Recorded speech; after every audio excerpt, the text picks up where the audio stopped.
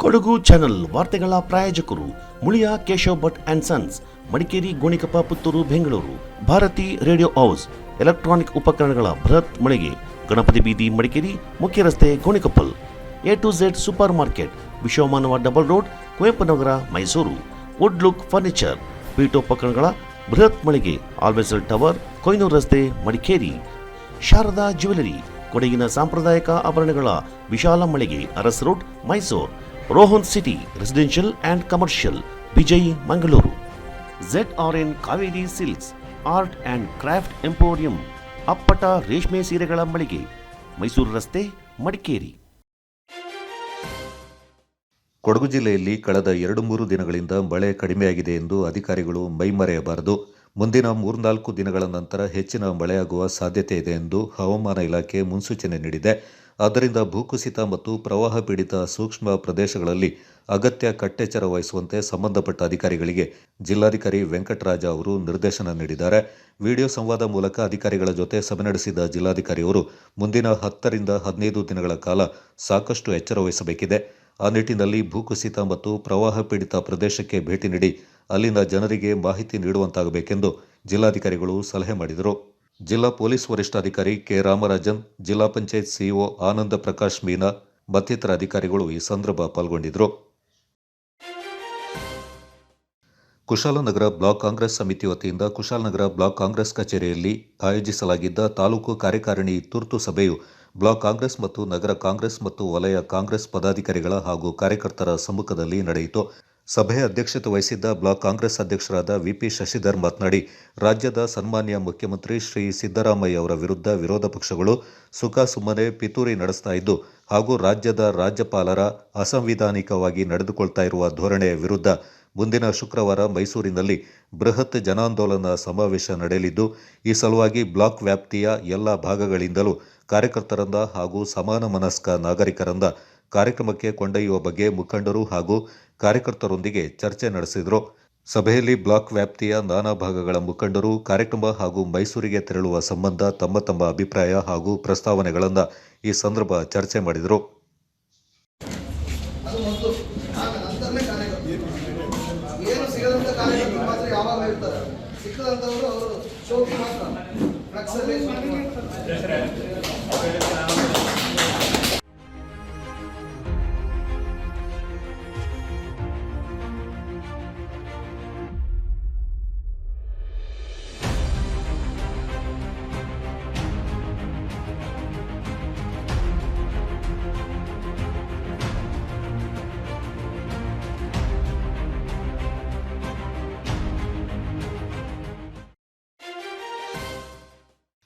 ಸುಂಟಿಕೊಪ್ಪ ಗ್ರಾಮ ಪಂಚಾಯಿತಿ ವ್ಯಾಪ್ತಿಯ pump house ರಸ್ತೆ ಕುಸಿಯುವ ಹಂತದಲ್ಲಿದ್ದು ಅಲ್ಲಿನ ನಿವಾಸಿಗಳು ಆತಂಕದಲ್ಲಿದ್ದಾರೆ. ಸ್ಥಳಕ್ಕೆ ಭೇಟಿ ನೀಡಿದ ಪಂಚಾಯತ್ ಸದಸ್ಯರಾದ ಪ್ರಸಾದ್ ಕುಟ್ಟಪ್ಪ, ಸುರೇಶ್, ಕಂದಾಯ ಇಲಾಖೆ ಸಿಬ್ಬಂದಿಗಳು ಸ್ಥಳೀಯ ವ್ಯಕ್ತಿ ತನ್ನ ಜಾಗವೊಂದ ಸಮತಟ್ಟು ಮಾಡಲು ಮಣ್ಣು ಕೊರೆದಿರುವುದರಿಂದಾಗಿ ಬರೆ ಕುಸಿಯಲು ಕಾರಣವಾಗಿದ್ದು ಅವರ ವಿರುದ್ಧ ಕ್ರಮ ಜರುಗಿಸುವಂತೆ ಸ್ಥಳೀಯರು ಒತ್ತಾಯಿಸಿದ್ದಾರೆ. ಬರೆ ಜರಿದರೆ ಸುತ್ತಮುತ್ತಲಿನ ಮನೆಗಳಿಗೆ ಹಾನಿಯಾಗುವುದಲ್ಲದೆ ಜೀವಕ್ಕೆ ಅಪಾಯ ಇದ್ದು ಕೇರಳದ ಘಟನೆ ನಮ್ಮ ಕಣ್ಣ ಮುಂದೆ ಇದ್ದು ನಿರ್ಲಕ್ಷ್ಯ ಮಾಡದೆ ಜಿಲ್ಲಾಡಳಿತ ಸೂಕ್ತ ಕ್ರಮ ವಹಿಸಬೇಕೆಂದು ಸ್ಥಳೀಯ ನಿವಾಸಿಗಳು ಒತ್ತಾಯಿಸಿದ್ದಾರೆ.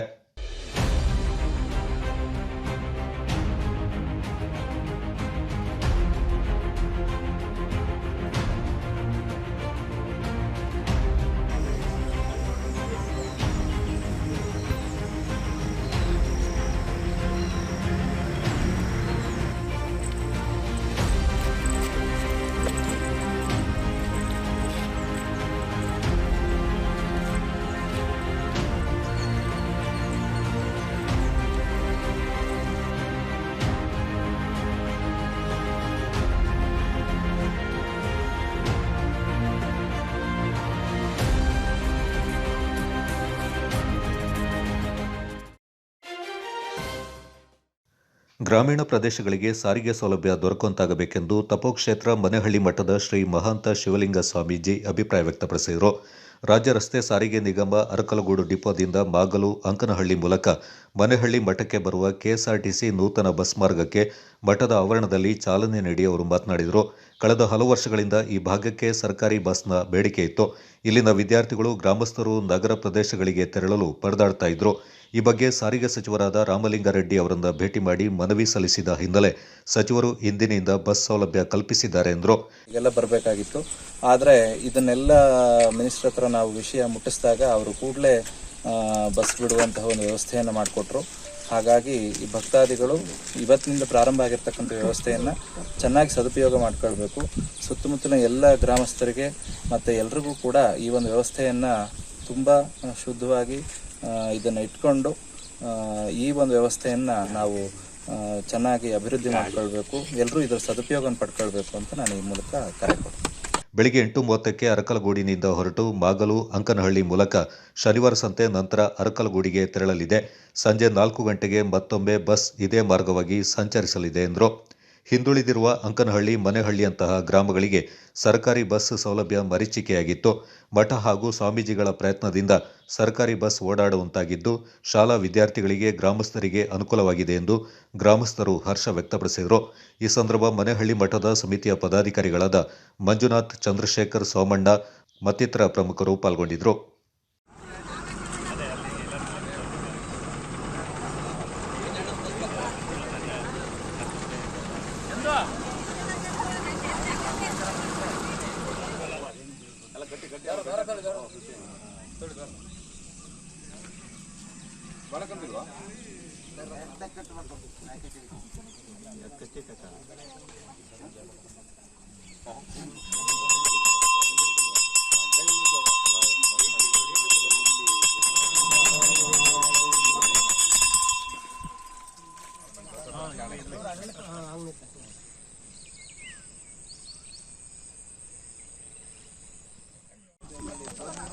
ಎಲ್ಲ ಫುಲ್ ಬಸ್ಸು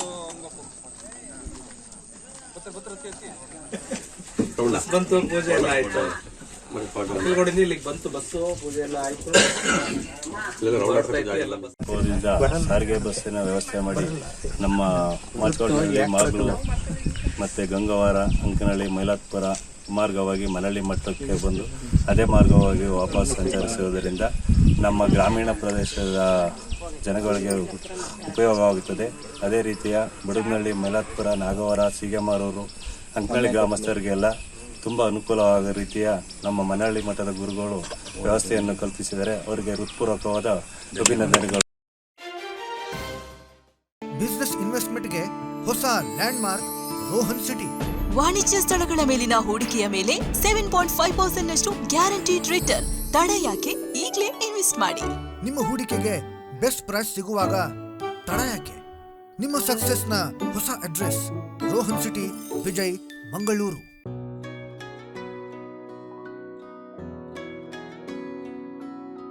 ಪ್ರೀತಿಯ ಸಂಕೇತ, ಅಳಿಯದ ಸಂಬಂಧ, ನಗುವಿನ ಸೌಂದರ್ಯ, ಇದು ಸ್ನೇಹದ ಬಾಂಧವ್ಯ, ಒಲವಿನ ಪ್ರತಿಧ್ವನಿ ತಂದಿದೆ ಸಂತಸ, ಚಿನ್ನದ ಪ್ರತಿಹನಿ ತಂದಿದೆ ಸಂಭ್ರಮ.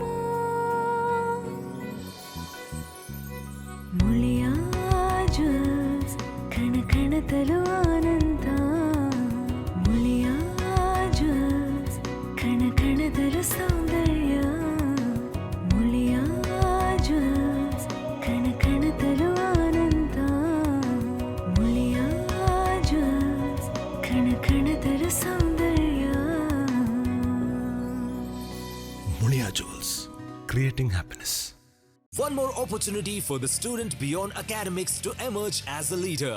SBRR Mahajana First Grade Autonomous College, accredited A grade by NAC, having 4 decades of experience in higher education. Admissions open for the year 2024 and 25 for BCom, BA, BCA, BSc, BBA, BSc with Criminology and Forensic Science, Psychology and Biochemistry. In addition, BBA Hotel and Hospitality along with Aviation and International Tourism, NSS, NCC, Sports, Cultural and other co-curricular activities are encouraged. 30 plus value-added and skill enhancement courses. Meritorious students are provided free shift scholarships. Students with 95% and above in second PUC are exempted from program fee. Concession for all achievers in sports. Hostel facility for boys and girls. Contact Mahajana College, Mysuru.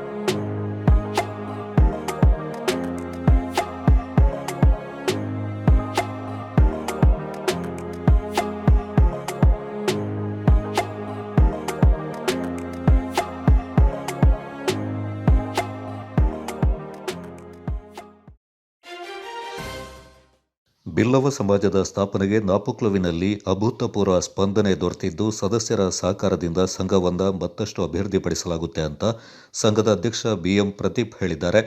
Napoklu Kodava ಸಮಾಜದಲ್ಲಿ ಭಾನುವಾರ ಏರ್ಪಡಿಸಿದ್ದ ಬಿಲ್ಲವ ಸಮಾಜದ ಆಟಿಡೊಂಜಿ ದಿನ ಕಾರ್ಯಕ್ರಮದ ಬಳಿಕ ಜರುಗಿದ ವಾರ್ಷಿಕ ಮಹಾಸಭೆಯ ಅಧ್ಯಕ್ಷತೆ ವಹಿಸಿ ಮಾತನಾಡಿದರು. ನೂತನವಾಗಿ ಸ್ಥಾಪಿತವಾದ ಸಮಾಜದಲ್ಲಿ 217 ಮಂದಿ ಸದಸ್ಯರಿದ್ದಾರೆ. ಬಿಲ್ಲವ ಸಮಾಜಕ್ಕೆ ಒಳಪಟ್ಟ ಪ್ರತಿಯೊಬ್ಬರ ಮನೆಗೆ ತೆರಳಿದಾಗ ಎಲ್ಲರೂ ಉತ್ತಮವಾಗಿ ಸ್ಪಂದಿಸಿದ್ದಾರೆ. ಮುಂದಿನ ದಿನಗಳಲ್ಲಿ ಎಲ್ಲರ ಸಹಕಾರದಿಂದ ಸಂಘದಲ್ಲಿ ವೈವಿಧ್ಯಮಯ ಕಾರ್ಯಕ್ರಮಗಳನ್ನು ಹಮ್ಮಿಕೊಳ್ಳಲಾಗುವುದೆಂದರು. ಬಿಲ್ಲವ ಸಮಾಜ ಕೇವಲ ಕ್ರೀಡೆ, ಸಾಂಸ್ಕೃತಿಕ ಚಟುವಟಿಕೆಗಳನ್ನು ನಡೆಸೋದಕ್ಕೆ ಮಾತ್ರ ಸೀಮಿತವಾಗಬಾರದು. ಸಮಾಜದ ಬಡವರ ಏಳಿಗೆಗಾಗಿ ಹಾಗೂ ಸಮಸ್ಯೆಗಳಿಗೆ ಸ್ಪಂದಿಸುವಲ್ಲಿ ಶ್ರಮಿಸಲಿದೆ ಎಂದರು. ಸಮಾಜದ ಪದಾಧಿಕಾರಿಗಳು ಈ ಸಂದರ್ಭ ಪಾಲ್ಗೊಂಡಿದ್ದರು. Kodagu channel news, Duggala Sadananda, Napoklu.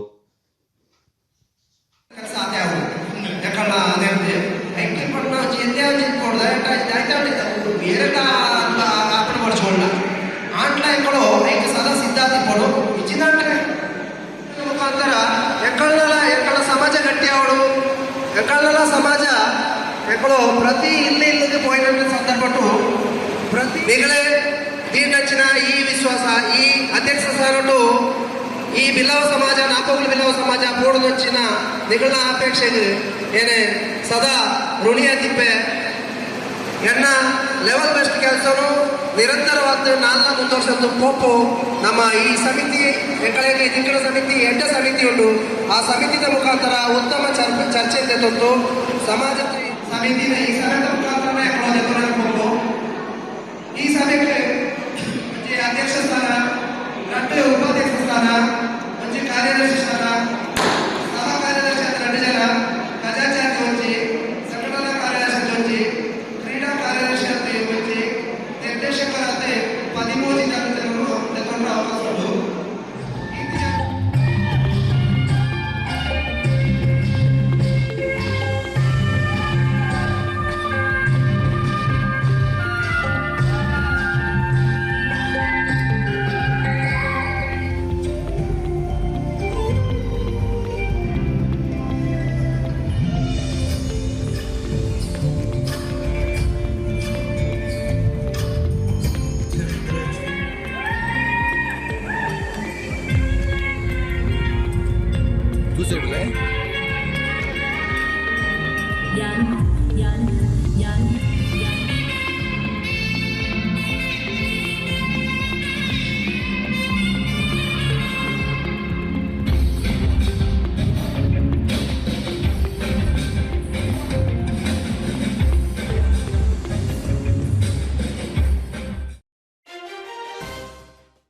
ಪೊನ್ನಂಪೇಟೆ ತಾಲೂಕಿನ ಮತ್ತೂರು ಗ್ರಾಮದ ಅಯ್ಯಪ್ಪ ದೇವಸ್ಥಾನಕ್ಕೆ ತೆರಳುವ ರಸ್ತೆಯಲ್ಲಿರುವ ಒಣಗಿ ನಿಂತಿದ್ದ ಗೋಳಿ ಮರವೊಂದು ಧರಾಶಾಹಿಯಾಗಿದೆ. ಮರ ಬಿದ್ದ ಪರಿಣಾಮ ಆಲೆಮಾಡ ಅಚ್ಚಯ್ಯ ಎಂಬವರ ಮನೆಯ ಕಾಂಪೌಂಡ್ ಗೇಟ್ಗೆ ಹಾನಿಯಾಗಿದ್ದು, ಅಲ್ಲದೆ 6 ವಿದ್ಯುತ್ ಕಂಬಗಳು ಮುರಿದಿದ್ದು, ಈ ವ್ಯಾಪ್ತಿಯಲ್ಲಿ ವಿದ್ಯುತ್ ಸಮಸ್ಯೆ ತಲೆದೋರುವ ಜೊತೆಗೆ ವಾಹನಗಳು ಹಾಗೂ ಸಾರ್ವಜನಿಕರ ಸಂಚಾರಕ್ಕೆ ತೊಡಕುಂಟಾಯಿತು. ವಿಷಯ ತಿಳಿದ ಕಿರುಗೂರು ಗ್ರಾಮ ಪಂಚಾಯತ್ ಅಧ್ಯಕ್ಷ ರಾಕೇಶ್ ದೇವಯ್ಯ ಹಾಗೂ ಸದಸ್ಯರು ಸ್ಥಳಕ್ಕೆ ಭೇಟಿ ನೀಡಿ ಪರಿಶೀಲಿಸಿದರು. ಕೂಡಲೇ ಚೆಸ್ಕಾಂ ಇಲಾಖೆಯ ಜೆಇ ಹೇಮಂತ್ ಕುಮಾರ್ ಹಾಗೂ ಕಂದಾಯ ಇಲಾಖೆಯ ಮಾಳಪ್ಪ ಹಾಗೂ ಅರಣ್ಯ ಇಲಾಖೆಯ ದಿವಾಕರ್ ಅವರಿಗೆ ದೂರವಾಣಿ ಕರೆ ಮಾಡಿ ಮಾಹಿತಿಯನ್ನ ತಿಳಿಸಿದರು. ಕೂಡಲೇ ಸ್ಥಳಕ್ಕೆ ಆಗಮಿಸಿ ಕ್ರಮ ಕೈಗೊಳ್ಳುವಂತೆ ತಿಳಿಸಿದರು. ಸಂಬಂಧಪಟ್ಟ ಚೆಸ್ಕಾಂ ಇಲಾಖೆಯ ಜೆಇ ಹಾಗೂ ಸಿಬ್ಬಂದಿಗಳು ಸ್ಥಳಕ್ಕೆ ಆಗಮಿಸಿ ರಸ್ತೆಗೆ ಬಿದ್ದಿದ್ದ ಕಂಬಗಳನ್ನು ತೆರವುಗೊಳಿಸಿ ಸಾರ್ವಜನಿಕರಿಗೆ ಹಾಗೂ ವಾಹನಗಳ ಸಂಚಾರಕ್ಕೆ ಅನುವು ಮಾಡಿಕೊಟ್ರು. ಈ ಸಂದರ್ಭ ಮಾತನಾಡಿದ ಚೆಸ್ಕಾಂ ಇಲಾಖೆಯ ಸಹಾಯಕ ಅಭಿಯಂತರ ಹೇಮಂತ್ ಕುಮಾರ್, ಮರ ಉರುಳಿ ಬಿದ್ದ ಪರಿಣಾಮ 6 ವಿದ್ಯುತ್ ಕಂಬಗಳು ಧರೆಗೆ ಉರುಳಿದ್ದು, ನೂತನ ಕಂಬಗಳನ್ನು ಅಳವಡಿಸುವ ಮೂಲಕ ವಿದ್ಯುತ್ ಸಂಪರ್ಕ ನೀಡಿರುವುದಾಗಿ ತಿಳಿಸಿದರು. ಈ ಸಂದರ್ಭ ಕಿರುಗೂರು ಗ್ರಾಮ ಪಂಚಾಯತ್ ಅಧ್ಯಕ್ಷ ಚೆಪ್ಪಡಿರ ರಾಕೇಶ್ ದೇವಯ್ಯ, ಉಪಾಧ್ಯಕ್ಷೆ ಸುನೀತಾ, ಸದಸ್ಯರು ಮತ್ತಿತರರು ಪಾಲ್ಗೊಂಡಿದ್ದರು. ಕೊಡಗು ಚಾನಲ್ ವರದಿ ಚಂಪಾ ಗಗನ, ಪೊನ್ನಂಪೇಟೆ.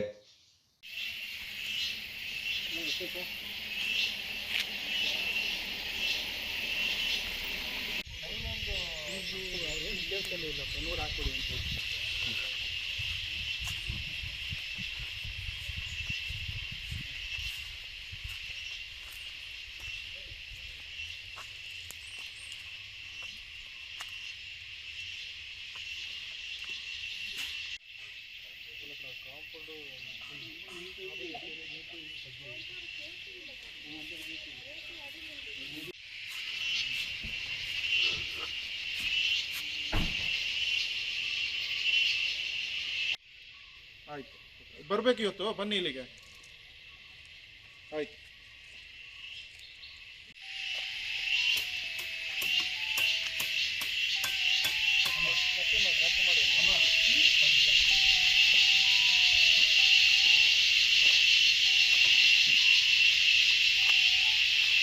ಒಂದೊಂದು ಜಾಗಕ್ಕೆ 7 ದಿನ 8 ದಿನ ಆದಮೇಲೆ ಕರೆಂಟ್ ಬಂದಿದೆ. ಈಗ ಅವರಿಗೆ ಇದೇನು ಸಮಸ್ಯೆಗಳು ಅಂತ ಹೇಳಿದ್ರೆ, ಲೈನ್ಮನ್ ನಾವು ಕೇಳೋದ್ರಲ್ಲಿ ಅವರಿಗೆ ಸಿಬ್ಬಂದಿಗಳನ್ನ ಅವರು ಒಟ್ಟಿಗೆ ಕೊಡಲ್ಲ, ಇದು ಇಲ್ಲ, ಒಬ್ಬನೇ ಆ ಕಡೆ ಈ ಕಡೆ ಓಡಾಡಬೇಕು ಅಂತ ಸಿಬ್ಬಂದಿಗಳು ಕೊಟ್ಟಿದ್ದಾರೆ. ನಮ್ಮ ಗ್ಯಾಂಗ್ಮನ್ಗಳು ತೊಗೊಂಡಿದ್ದೀವಿ, ಸ್ಟಾಫ್ಗಳಿದ್ದಾರೆ, ನಮ್ಮ 10 ಜನ ಸ್ಟಾಫ್ ಇದ್ದಾರೆ, 8 ಜನ ಗ್ಯಾಂಗ್ಮನ್ಗಳಿದ್ದಾರೆ. ಬಟ್ ಇನ್ನೂ ಒಂದು ವಾರ ಅಂದರೆ ಅದು ಕಂಟಿನ್ಯೂಸ್ ಆಗಿ ಮಳೆ ಬಂದಾಗ ಆಗಲ್ಲ. ಎಷ್ಟೇ ಜನ ಇದ್ರು ನಾವು ಇಲ್ಲಿ ಮುಂದೆ ರೆಡಿ ಮಾಡ್ತೀವಿ, ಹಿಂದೆ ಮಳೆ ಅದು ನೀವು ಈಗ 15 ಟೈಮಲ್ಲೆಲ್ಲ ಆದರೆ ಏನು ತೊಂದರೆ ಆಗೋದಿಲ್ಲ. 15 ದಿನ ಹಿಂದೆ ಮಾತಾಡ್ತಾ ಇದ್ದೀರಾ, ಈ ಮಳೆ ಬರೋಕ್ಕಿಂತ ಮುಂಚೆ ಅಂತ ನಾನು ಮಾತಾಡ್ತಾ ಇರೋದು. ಅವಾಗ ಜನ ಇರಲಿಲ್ಲ, ಆವಾಗ ಮಳೆನೂ ಇರಲಿಲ್ಲ ಅಷ್ಟು. ಎಲ್ಲ ಕಡೆ ಇದ್ದಾರೆ, ಆವಾಗೂ ಡಿಲೇ ಆಗ್ತಾ ಇತ್ತು. ಆವಾಗ ನಮಗೇನು ಬರ್ತದೆ ಅಂದರೆ, ಇಲಾಖೆಯಲ್ಲಿ ಸಿಬ್ಬಂದಿಗಳ ಕೊರತೆ ಇದೆ ಅಂತೇಳಿ ಹೇಳಿದ್ದಾರೆ. ಅದನ್ನು ನಾನು AWS ಮಾತಾಡಿದ್ರೆ ಅವ್ರು ಒಪ್ಕೊಂಡಿದ್ದಾರೆ ಇದೆ ಅಂತ ಹೇಳ್ಕೊಂಡು. ಬಟ್ ಅದಕ್ಕೊಂದು ಪರ್ಯಾಯ ಮಾರ್ಗ ಬೇಕಲ್ಲ. ಅದು ಈಗ ಅದಕ್ಕೋಸ್ಕರ ಏನು 750 ಜನ ನಮಗೆ ಕೊಡ್ತಾರಂತೆ, ಮಡಿಕೇರಿಯವ್ರಿಗೇನೆ ಏನೋ ಹೊಸ ಅಪಾಯಿಂಟ್ಮೆಂಟ್ ಮಾಡಿಕೊಂಡು ಅದ್ರ ಬಗ್ಗೆ 750 ಜನ ಕೊಡ್ತಾರೆ ಅಂತ ನಮಗೆ ಮೇಲಾಧಿಕಾರಿಗಳು ಮಾಹಿತಿ ಕೊಟ್ಟಿದ್ದಾರೆ. ಅಲ್ಲ, ಅದನ್ನು ದಯವಿಟ್ಟು ಈಗ ನೋಡಿ, ಲೈನ್ಮನ್ ನಮ್ಮ ಕೈ ಸಿಗೋದು ಲೈನ್ಮನ್ಗಳು. ಈಗ ನಮಗೂ ಒಬ್ಬ ಮನುಷ್ಯನಿಗೆ 2 ಕೈ 2 ಕಾಲು ಇರ್ತದೆ. ನಾವು ಅವರಿಗೂ ಏನಾದರೂ ಸಮಸ್ಯೆ ಇದೆ ಅಂತಂದರೆ ನಾವು ಏನು ಮೇಲಧಿಕಾರಿಗಳೊಟ್ಟಿಗೆ ಮಾತಾಡಬೇಕು. ಅವ್ರಿಗೆ ಅವ್ರೊಟ್ಟಿಗೆ ಜನರಿಲ್ಲ ಅಂತಂದರೆ ಕಷ್ಟ ಅಲ್ಲ.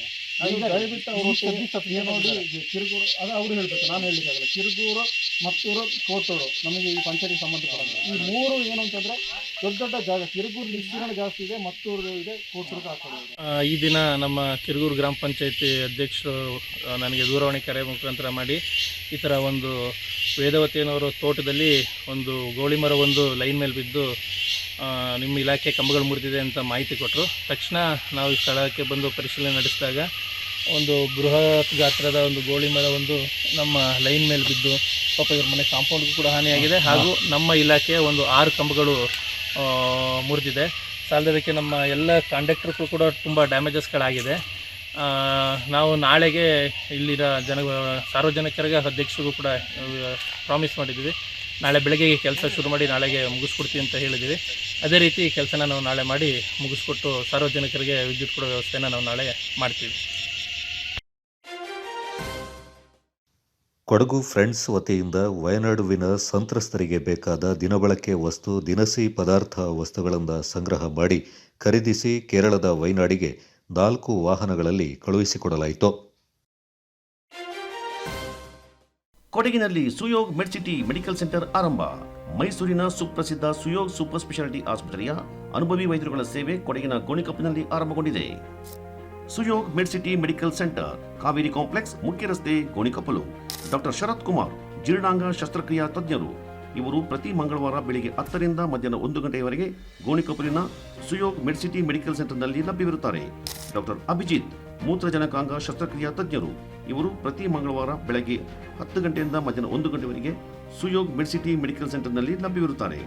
ಡಾಕ್ಟರ್ ರವಿಕುಮಾರ್ ಹೃದಯ ತಜ್ಞರು. ಇವರು ಪ್ರತಿ ಶುಕ್ರವಾರ ಬೆಳಗ್ಗೆ 9:30 ರಿಂದ 11 ಗಂಟೆಯವರೆಗೆ ಲಭ್ಯವಿರುತ್ತಾರೆ. ಡಾಕ್ಟರ್ ಸುಯೋಗ್ ಯೋಗಣ್ಣ ಶ್ವಾಸಕೋಶ ತಜ್ಞರು. ಇವರು ಪ್ರತಿ ಶುಕ್ರವಾರ ಮಧ್ಯಾಹ್ನ 12 ರಿಂದ 1 ಗಂಟೆಯವರೆಗೆ ಗೋಣಿಕೊಪ್ಪಲಿನ ಸುಯೋಗ್ ಮೆಡ್ಸಿಟಿ ಮೆಡಿಕಲ್ ಸೆಂಟರ್ನಲ್ಲಿ ಲಭ್ಯವಿರುತ್ತಾರೆ.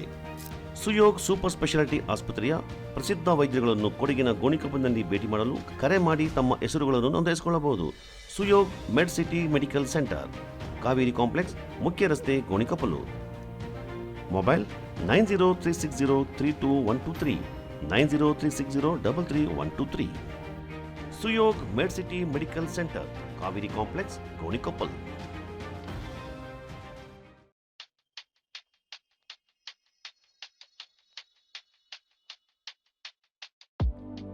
Shining senses in your life. Desirable designs. Gives you treasured memory. Sharda Jewelers.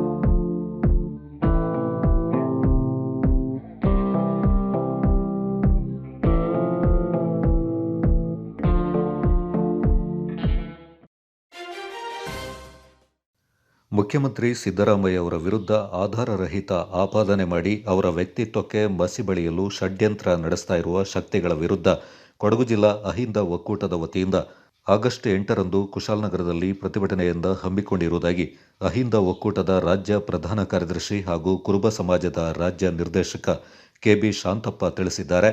ನಗರದಲ್ಲಿ ಸುದ್ದಿಗೋಷ್ಠಿಯಲ್ಲಿ ಮಾತನಾಡಿದ ಅವರು, ಮುಖ್ಯಮಂತ್ರಿ ಸಿದ್ದರಾಮಯ್ಯ ಅವರ ಮೇಲೆ ಇಲ್ಲಸಲ್ಲದ ಆರೋಪ ಹೊರಿಸಿ ಪ್ರತಿಭಟನೆ ನಡೆಸುವ ಮೂಲಕ ತೇಜೋವಧೆ ಮಾಡಲು ಹೊರಟಿರುವ ಪ್ರತಿಪಕ್ಷಗಳ ಕುತಂತ್ರವೊಂದ ಜನರಿಗೆ ಮನವರಿಕೆ ಮಾಡಲಾಗುತ್ತೆ.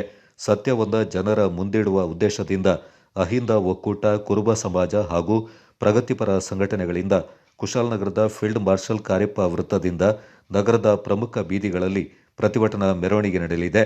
ಆದ್ದರಿಂದ ರಾಜಕೀಯ ರಹಿತವಾಗಿ ಎಲ್ಲರೂ ಹೋರಾಟದಲ್ಲಿ ಪಾಲ್ಗೊಳ್ಳುವಂತೆ ಮನವಿ ಮಾಡಿದರು. ಮಾನ್ಯ ಮುಖ್ಯಮಂತ್ರಿಯವರ ಮೇಲೆ ಒಂದು ಆಪಾದನೆ ಮಾಡಿ ಅವರಿಗೆ ತೇಜೋವಧೆ ಮಾಡುವಂಥ ಪ್ರಯತ್ನ ನಡೀತಾ ಇದೆ. ಆ ಸತ್ಯ ವಿಚಾರನ ಜನರ ಮುಂದೆ ಇಡುವಂಥದ್ದೇ ನಮ್ಮ ಇದರ ಮೂಲ ಉದ್ದೇಶ. ಮತ್ತು ಸಾಮಾಜಿಕ ನ್ಯಾಯಕ್ಕೆ ಮತ್ತು ಶೋಷಿತ ಸಮಾಜಕ್ಕೆ ಒಂದು ಆಶಾಕಿರಣವಾಗಿ ಏನು ಸಿದ್ದರಾಮಯ್ಯ ಕಾಣ್ತಾ ಇದ್ದಾರೆ, ಆ ಧ್ವನಿನ ಅಡಗಿಸಬೇಕು ಅಂತ ಹೇಳಿ ಪಟ್ಟಭದ್ರ ಹಿತಾಧ್ಯಕ್ಷರು ಭಾಳ ಷಡ್ಯಂತ್ರ ಮಾಡಿ ಅವರನ್ನ ತೇಜೋವಧೆ ಮಾಡಿ ಅವರನ್ನ ನಿರಾಶೆ ಮಾಡಿ ಅಧಿಕಾರಕ್ಕೆ ಕೆಳಗಿಳಿಸಿ ಒಂದು ಏನಾದರೂ ಈ ಒಂದು ವರ್ಗಕ್ಕೆ ಏನು ಸಾಮಾಜಿಕ ನ್ಯಾಯ ಸಿಗ್ತದೆ ಅದನ್ನು ತಿಕ್ಕದೇ ಇರುವಂಥ ವಾತಾವರಣ ನಿರ್ಮಾಣ ಮಾಡುವಂಥ ಪ್ರಯತ್ನಗಳು ಇಡೀ ಇವತ್ತು ರಾಜಕೀಯ ಪಕ್ಷದ ನೇತಾರರು ಮಾಡ್ತಾ ಇದ್ದಾರೆ. ಇವತ್ತು ಈಗಾಗಲೇ ಇದ್ರ ಬಗ್ಗೆ ಹೆಚ್ಚಿಗೆ ಮಾಹಿತಿ ರಾಜ್ಯದಲ್ಲೆಲ್ಲರೂ ಕೂಡ ಗೊತ್ತಿದೆ. ಇವತ್ತು ಏನು ಮುಖ್ಯಮಂತ್ರಿಗಳ ಮೇಲೆ ಆಪಾದನೆ ಮಾಡಿದ್ದಾರೆ, ಫಸ್ಟು ವಾಲ್ಮೀಕಿ ನಿಗಮದ ಭಾಳ ಅದನ್ನು ಮುಂದಕ್ಕೆ ತಂದರು, ಕೊನೆಗೆ ಅದೇನು ರೀಚ್ ಆಗೋದಿಲ್ಲ. ಅಹಿಂದ ಒಕ್ಕೂಟದ ಜಿಲ್ಲಾ ಸ್ಥಾಪಕ ಅಧ್ಯಕ್ಷ ಟಿಪಿ ರಮೇಶ್ ಮಾತನಾಡಿ, ದಲಿತರಿಗೆ ಸಾಮಾಜಿಕ ನ್ಯಾಯ ಒದಗಿಸಿ 10 ಹಲವು ಕಾರ್ಯಕ್ರಮಗಳನ್ನು ನೀಡುವ ಮೂಲಕ ಮುಖ್ಯಮಂತ್ರಿ ಸಿದ್ದರಾಮಯ್ಯ ಅವರು ಶೋಷಿತ ಸಮುದಾಯದ ಶಕ್ತಿಯಾಗಿ ಧ್ವನಿ ಇಲ್ಲದವರಿಗೆ ಗಟ್ಟಿ ಧ್ವನಿಯಾಗಿ ಕೆಲಸ ಮಾಡ್ತಾ ಇದ್ದಾರೆ. ಆದರೆ ಮೂಢ ಹಗರಣದ ಆರೋಪದ ಕುರಿತು ತನಿಖೆ ನಡೀತಾ ಇರುವಾಗಲೇ ಜನರ ಹಾದಿ ತಪ್ಪಿಸುವುದಕ್ಕಾಗಿ ವಿರೋಧ ಪಕ್ಷಗಳು ಮುಖ್ಯಮಂತ್ರಿಗಳನ್ನ ಗುರಿ ಮಾಡಿ ಹೋರಾಟವನ್ನ ನಡೆಸ್ತಾ ಇವೆ ಎಂದರು. ದಟ್ಟ ದರಿದ್ರನಿಗೂ ಸಾಮಾಜಿಕ ನ್ಯಾಯ ದೊರಕಬೇಕು ಅಂತ 10 ಹಲವು ಕಾರ್ಯಕ್ರಮಗಳನ್ನು ರೂಪಿಸಿರುವಂಥ ಸಿದ್ದರಾಮಯ್ಯನವರು ಧ್ವನಿ ಇಲ್ಲದವರ ಧ್ವನಿಯಾಗಿ ಇವತ್ತು ರಾಜ್ಯದಲ್ಲಿ ಆಡಳಿತವನ್ನು ನಡೆಸ್ತಾ ಇದ್ದಾರೆ. ಹಗರಣಗಳಲ್ಲಿ ಭಾಗಿಯಾದವರ ಮೇಲೆ ಸರ್ಕಾರ ಕ್ರಮಗೊಳ್ಳುವಾಗ ಈಗಾಗಲೇ ತನಿಖಾ ಸಮಿತಿಗಳನ್ನು ರಚಿಸಿದೆ. ಅದು ಅದರ ಕೆಲಸವನ್ನು ಮಾಡೋದರಲ್ಲಿ ನಿರತವಾಗಿದೆ. ತನಿಖೆಯಿಂದ ಹೊರಗೆ ಬರೋವರೆಗೆ ತಾಳ್ಮೆ ಇಲ್ಲದಂತೆ ಹೋರಾಟಕ್ಕೆ ಇಳಿದಿರ್ತಕ್ಕಂಥ ವಿರೋಧ ಪಕ್ಷಗಳ ದುರುದ್ದೇಶಪೂರಿತ ಹೇಳಿಕೆಗಳನ್ನು ನೀಡಿ ಜನರಲ್ಲಿ ತಪ್ಪು ಅಭಿಪ್ರಾಯವನ್ನು ಮೂಡಿಸಲು ಹೊರಟಿರ್ತಕ್ಕಂಥದ್ದನ್ನು ನಾವು ವಿರೋಧಿಸ್ತೇವೆ. ನಾವು ಅದನ್ನು ಪ್ರಬಲವಾಗಿ ವಿರೋಧಿಸ್ತಾ ಇದ್ದೇವೆ. ಮತ್ತು ಬಹಳ ಮುಖ್ಯವಾಗಿ ಈ ವಿಚಾರಗಳನ್ನು ಮಾತಾಡುವಾಗ ನಮ್ಮ ದೇಶದಲ್ಲಿ ಜಾತಿ ಜನಗಣತಿ ಸಾಮಾಜಿಕ ನ್ಯಾಯದ ಹರಿಕಾರ ದಿವಂಗತ ದೇವರಾಜ ಅರಸು ಅವರ ಜನ್ಮ ದಿನಾಚರಣೆಯ ಹಿನ್ನೆಲೆ ಆಗಸ್ಟ್ 20ರಂದು ಮಡಿಕೇರಿಯಲ್ಲಿ ಕಾರ್ಯಕ್ರಮ ಏರ್ಪಡಿಸಿದ್ದು, ಸಾರ್ವಜನಿಕರು ಪಕ್ಷಾತೀತವಾಗಿ ಹೆಚ್ಚಿನ ಸಂಖ್ಯೆಯಲ್ಲಿ ಪಾಲ್ಗೊಳ್ಳುವಂತೆ ರಮೇಶ್ ಈ ಸಂದರ್ಭ ಮನವಿ ಮಾಡಿದರು. ಗೋಷ್ಠಿಯಲ್ಲಿ ಕುರುಬ ಸಮಾಜದ ರಾಜ್ಯ ನಿರ್ದೇಶಕ ಹೇಮಲತಾ ಮಂಜುನಾಥ್, ಜಿಲ್ಲಾ ಪ್ರಧಾನ ಕಾರ್ಯದರ್ಶಿ ಗಂಗಾಧರ್, ದಲಿತ ಸಂಘರ್ಷ ಸಮಿತಿಯ ಜಿಲ್ಲಾ ಸಂಚಾಲಕ ಎಚ್ಎಲ್ ದಿವಾಕರ್ ಹಾಗೂ ನಗರಸಭಾ ಮಾಜಿ ಸದಸ್ಯ ಕೆಜಿ ಪೀಟರ್ ಪಾಲ್ಗೊಂಡಿದ್ದರು. ಪ್ರತಿಯೊಂದು ಸಮುದಾಯಗಳು ತಮ್ಮ ಸಂಸ್ಕೃತಿಗೆ ಸಂಬಂಧಪಟ್ಟ ಕಾರ್ಯಕ್ರಮಗಳನ್ನು ನಡೆಸುವಾಗ ಯುವ ಪೀಳಿಗೆಗೆ ಕೆಲವು ಸ್ಪರ್ಧೆಗಳನ್ನು ಏರ್ಪಡಿಸುವ ಮೂಲಕ ಅವರಲ್ಲಿ ಸಂಸ್ಕೃತಿಯ ಬಗ್ಗೆ ಜ್ಞಾನ ಮತ್ತು ಜಾಗೃತಿಯನ್ನು ಮೂಡಿಸುವ ಅವಶ್ಯಕತೆ ಇದೆ ಎಂದು ಮೈಸೂರು ಗೌಡ ಸಮಾಜದ ನಿಕಟಪೂರ್ವ ಅಧ್ಯಕ್ಷರಾದ ತೋಟಂಬೈಲು ಮನೋಹರ್ ಅಭಿಪ್ರಾಯಪಟ್ಟಿದ್ದಾರೆ. ಮೈಸೂರಿಂದ ಕೊಡಗು ಗೌಡ ಸಮಾಜ ಮತ್ತು ದಕ್ಷಿಣ ಕನ್ನಡ ಮಹಿಳಾ ಸಮಾಜಗಳ ಸಂಯುಕ್ತ ಆಶ್ರಯದಲ್ಲಿ ಏರ್ಪಡಿಸಲಾಗಿದ್ದ ಆಟಿ ಗೋಜಿ ಸಮಾರಂಭದಲ್ಲಿ ಮುಖ್ಯ ಅತಿಥಿಯಾಗಿ ಪಾಲ್ಗೊಂಡು ಮಾತನಾಡಿದರು. ವರ್ಷದಿಂದ ವರ್ಷಕ್ಕೆ ಕಾರ್ಯಕ್ರಮಗಳಲ್ಲಿ ವೈವಿಧ್ಯತೆ ಮತ್ತು ಶ್ರೇಷ್ಠತೆಯನ್ನು ಕಾಯ್ದುಕೊಂಡು ಯುವಜನರನ್ನು ಆಕರ್ಷಿಸಬೇಕೆಂದರು. ರಂಗಾಯಣ ಕಲಾವಿದೆ ಹಾಗೂ ಕೊಡಗು ಮತ್ತು ದಕ್ಷಿಣ ಕನ್ನಡ ಮಹಿಳಾ ಸಮಾಜದ ನಿಕಟಪೂರ್ವ ಅಧ್ಯಕ್ಷೆ ಗೀತಾ ಮೊಂಟಡ್ಕ ಮಾತನಾಡಿ, ಕೊಡಗು ಮತ್ತು ದಕ್ಷಿಣ ಕನ್ನಡ ಗೌಡ ಸಮುದಾಯಗಳ ಸಂಸ್ಕೃತಿಯಲ್ಲಿ ಅನ್ಯೋನ್ಯತೆ ಇದ್ದರೂ ಆಯಾ ಪರಿಸರಕ್ಕೆ ಸಂಬಂಧಪಟ್ಟಂತೆ ಕೆಲವು ಬದಲಾವಣೆಗಳಿವೆ. ಆದರೆ ಪ್ರತಿಯೊಂದು ಆಚರಣೆಯ ಹಿಂದೆ ಕೂಡ ಒಂದೊಂದು ಹಿನ್ನೆಲೆ ಇರುತ್ತೆ. ಅಂತಹ ಆಚರಣೆಗಳನ್ನು ಮುಂದುವರಿಸಿಕೊಂಡು ಹೋಗುವುದು ಎಲ್ಲರ ಜವಾಬ್ದಾರಿ ಎಂದರು. ಮೈಸೂರು ನಗರ ಪಾಲಿಕೆ ಮಾಜಿ ಸದಸ್ಯ ಶ್ರೀಧರ್, ಕೊಡಗು ಗೌಡ ಸಮಾಜದ ಅಧ್ಯಕ್ಷ ಕುಂಬಾರನ ಬಸಪ್ಪ, ಕೊಡಗು ಗೌಡ ಸಮಾಜದ ಕಾರ್ಯದರ್ಶಿ ಪೊನ್ನೆಟ್ಟಿ ನಂದ, ಕೊಡಗು ಮತ್ತು ದಕ್ಷಿಣ ಕನ್ನಡ ಗೌಡ ಮಹಿಳಾ ಸಮಾಜದ ಅಧ್ಯಕ್ಷೆ ನಡುವಟ್ಟೆರ ಗೀತಾ ಲಕ್ಷ್ಮಣ, ಕಾರ್ಯದರ್ಶಿ ಕುಂಟುಪುಣಿ ಶೀಲಾ ಪಾಲ್ಗೊಂಡಿದ್ದರು. Kodagu channel news, Duggala Sadananda, Napoklu. ನಮ್ಮ ಮಹಿಳಾ ಸಮಾಜ ಅಧ್ಯಕ್ಷರೇ, ಕಾರ್ಯದರ್ಶಿಗಳಿಗೆ ಹಾಗೂ ವಿಶೇಷವಾಗಿ ಶ್ರೀಧರ್ ಸರ್ ಅವರೇ, ಹಾಗೆ ಬಂದಿರತಕ್ಕಂಥ ಎಲ್ಲಕ್ಕೂ ಪ್ರೀತಿಪೂರ್ವಕವಾದ ಗೌರವದ ನಮನಗಳನ್ನು ಸಲ್ಲಿಸ್ತಾ ನಮ್ಮ ಆಟಿ ಹಬ್ಬದ ಶುಭಾಶಯಗಳನ್ನ ಕೇಳ್ತಾ, ಈಗಾಗಲೇ ಸಮಯ ಆಗ್ತಾ ಬಂತು. ಒಂದೆರಡು ಮಾತು ಮಾತ್ರ ನಿಮ್ಮ ಮುಂದೆ ಮಾತಾಡಿನಷ್ಟೇ. ಯಾಕಂದರೆ ಅಲ್ಲಿ ಹೋಗಿ ಪ್ರಿಪೇರ್ ಮಾಡೋದು ಇದ್ದದೆ, ಆಮೇಲೆ ನಾವು ಊಟ ಮಾಡೋದು ಇದ್ದದೆ, ಹೆಚ್ಚು ಹೊತ್ತು ನಾವು ತಗೊಂಡು ಬೇಡ ಅಂತ ಹೇಳಕ್ಕಂತ ಆಟಿ ಹೇಳುವ ಈ ಸಮಯ ಇರ್ತಲ್ಲ, ಅದು ಆಷಾಢ ಅಂದರೆ ನಮಗೆ ವಿಶ್ರಾಂತಿಯ ದಿನ, ವಿಶ್ರಾಂತಿಯ ತಿಂಗಳದು ಆಟಿ. ಮತ್ತು ದಕ್ಷಿಣ ಕನ್ನಡ ಮಹಿಳಾ ಸಂಘದವು ನಮ್ಮ ನಿಕಟಪೂರ್ವ ಆಡಳಿತ ಮಂಡಳಿಗೆ ಒಂದು ಮನವಿನ ಸಲ್ಲಿಸಿದೋ, ನಾವು ಈ ವರ್ಷದಿಂದ ಆಟಿ ಗೋಜಿ ತಳಕದ ಕಾರ್ಯಕ್ರಮನ ಮಾಡ್ತಾವಳೋ, ಸೊ ನೀವು ಈ ವಿಚಾರದಲ್ಲಿ ನಮ್ಮ ಜೊತೆ ಸಹಕರಿಸುತ್ತೆ.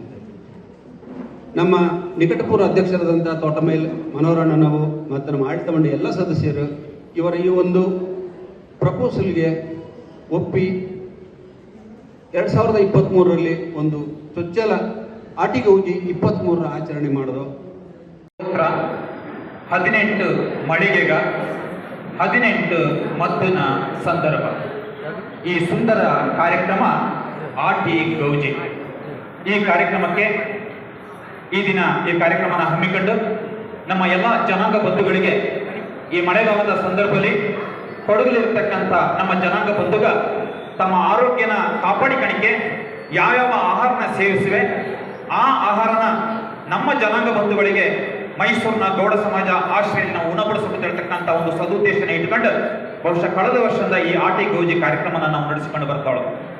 ಈ ವರ್ಷ ಜನ ನಮಗೆ ಬರಬೇಕು, ಜೊತೆಗೆ ನಮಗೆ ಸ್ಟಾಲ್ಸ್ನ ಬೇಕು. ಸ್ಟಾಲ್ಸ್ ಅಂದ್ರೆ ಮಳಿಗೆಗಳನ್ನ ನಮ್ಮ ಅಕ್ಕಂದರೆ ಅದರ ಒಂದು ಜವಾಬ್ದಾರಿ ತಕ್ಕಣದಿದ್ದರೆ ಖಂಡಿತ ನಾವು ಈ ಒಂದು ಕಾರ್ಯಕ್ರಮ ನಾವು ಯಶಸ್ವಿಯಾಗಿ ಮಾಡಲಿಕ್ಕೆ ಸಾಧ್ಯನೇ ಇದೆ.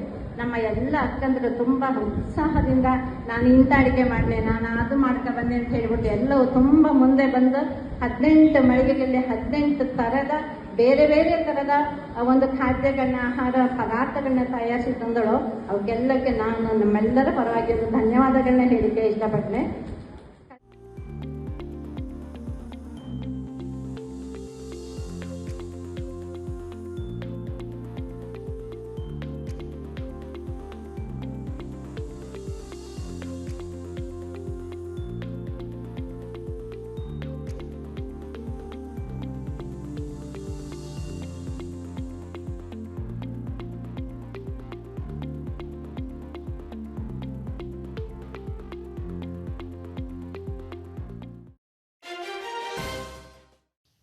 ಸಂಪಾಜೆಯ ಕಾಲೇಜು ಸಭಾಂಗಣದಲ್ಲಿ ಎನ್ಎಸ್ಯುಐ ಕೊಡಗು ಜಿಲ್ಲಾ ಅಧ್ಯಕ್ಷರಾದ ಅಬ್ದುಲ್ ರಾಶೀದ್ ಅವರ ನೇತೃತ್ವದಲ್ಲಿ ಡ್ರಗ್ಸ್ ಮತ್ತು ಮಾದಕ ವ್ಯಸನದ ವಿರುದ್ಧ ಜಾಗೃತಿ ಅಭಿಯಾನ ಕಾರ್ಯಕ್ರಮ ನಡೆಯಿತು. ಮುಖ್ಯೋಪಾಧ್ಯಾಯರಾದ ಐತಪ್ಪ ಅವರು ಸ್ವಾಗತಿಸಿದರು. ಕಾರ್ಯಕ್ರಮದಲ್ಲಿ ಮಡಿಕೇರಿ ಗ್ರಾಮಾಂತರ ವೃತ್ತ ನಿರೀಕ್ಷಕರಾದ ಉಮೇಶ್ ಅವರು ವಿದ್ಯಾರ್ಥಿಗಳಿಗೆ ಮನಮುಟ್ಟುವ ರೀತಿಯಲ್ಲಿ ಡ್ರಗ್ಸ್ ಮತ್ತು ರಸ್ತೆ ಸುರಕ್ಷತಾ ನಿಯಮದ ಬಗ್ಗೆ ಸಂಪೂರ್ಣವಾಗಿ ವಿಷಯವನ್ನು ಮಂಡಿಸಿದರು. ಎನ್ಎಸ್ಯುಐ ರಾಜ್ಯ ನಿಕಟಪೂರ್ವ ಉಪಾಧ್ಯಕ್ಷರಾದ ಪ್ರದೀಪ್ ರೈ ಅವರು ವಿದ್ಯಾರ್ಥಿಗಳಿಗೆ ಡ್ರಗ್ಸ್ ಮತ್ತು ಮಾದಕ ವ್ಯಸನದ ವಿರುದ್ಧ ಮಾಹಿತಿಯನ್ನು ನೀಡಿದರು. ವಿದ್ಯಾರ್ಥಿಗಳಿಗೆ ಎನ್ಎಸ್ಯುಐ ಬಗ್ಗೆ ಸಂಪೂರ್ಣವಾದ ವಿವರವನ್ನು ನೀಡಿದರು ಹಾಗೂ ವಿದ್ಯಾರ್ಥಿಗಳ ಸಬಲೀಕರಣ, ನಾಯಕತ್ವ ಅಭಿವೃದ್ಧಿಪಡಿಸಿ ಯುವ ಆಂದೋಲನದ ಬಗ್ಗೆ ಅಧ್ಯಕ್ಷರು ಮಾಹಿತಿಯನ್ನು ನೀಡಿದರು. ಎನ್ಎಸ್ಯುಐ ಕಾರ್ಯದರ್ಶಿ ರುನೈಸ್, ಮಡಿಕೇರಿ ನಗರ ಅಧ್ಯಕ್ಷರಾದ ಅರ್ಜುನ್, ಮಡಿಕೇರಿ ಬ್ಲಾಕ್ ಅಧ್ಯಕ್ಷರಾದ ಶರಣ್, ಕಾಲೇಜು ಹಾಗೂ ಪ್ರೌಢಶಾಲಾ ಅಧ್ಯಾಪಕರು ಮತ್ತು ಸಿಬ್ಬಂದಿ ವರ್ಗದವರು ಪಾಲ್ಗೊಂಡಿದ್ದರು. ಒಂದು ವಾರ 2 ವಾರ ಅವನ ಐಸಿಯಲ್ಲಿ ಇಟ್ಟು ಲಾಸ್ಟ್ಗೆ ಅವನ ಮನೆ ಮಠ ಮಾರುವವರೆಗೂ ಅವನು ಬಿಡುದಿಲ್ಲ ಆಸ್ಪತ್ರೆ. ಅಷ್ಟಾಗಿ ಅವನು ಜೀವಂತ ಇರೋದಿಲ್ಲ. ಇವರು ಮನೆಯವರು ಬದುಕಿಲ್ಲದವರು ಕೂಡ ಸರಿಯಾಗಿ ಬದುಕುವ ಪರಿಸ್ಥಿತಿಯಲ್ಲಿ ಇಲ್ಲದಾಗೆ ಮಾಡಿ ಹೋಗ್ತಾರೆ. ಈಗ ಚಿಕ್ಕ ಒಂದು ಮಕ್ಕಳಿಗೆ ಕೂಡ ಒಂದು ಹೆಲ್ಮೆಟ್ ಬರ್ತದೆ, ಫುಲ್ ಹೀಗೆ ಟೈಟ್ ಆಗಿ ಅದು ಹಾಕುವಂಥದ್ದು ಬರ್ತದೆ. ಈಗ ಹೈಸ್ಕೂಲ್ ಮಕ್ಕಳಿಗೆ ಹಾಕ್ಲಿಕ್ಕೆ ಆಗ್ತದೆ.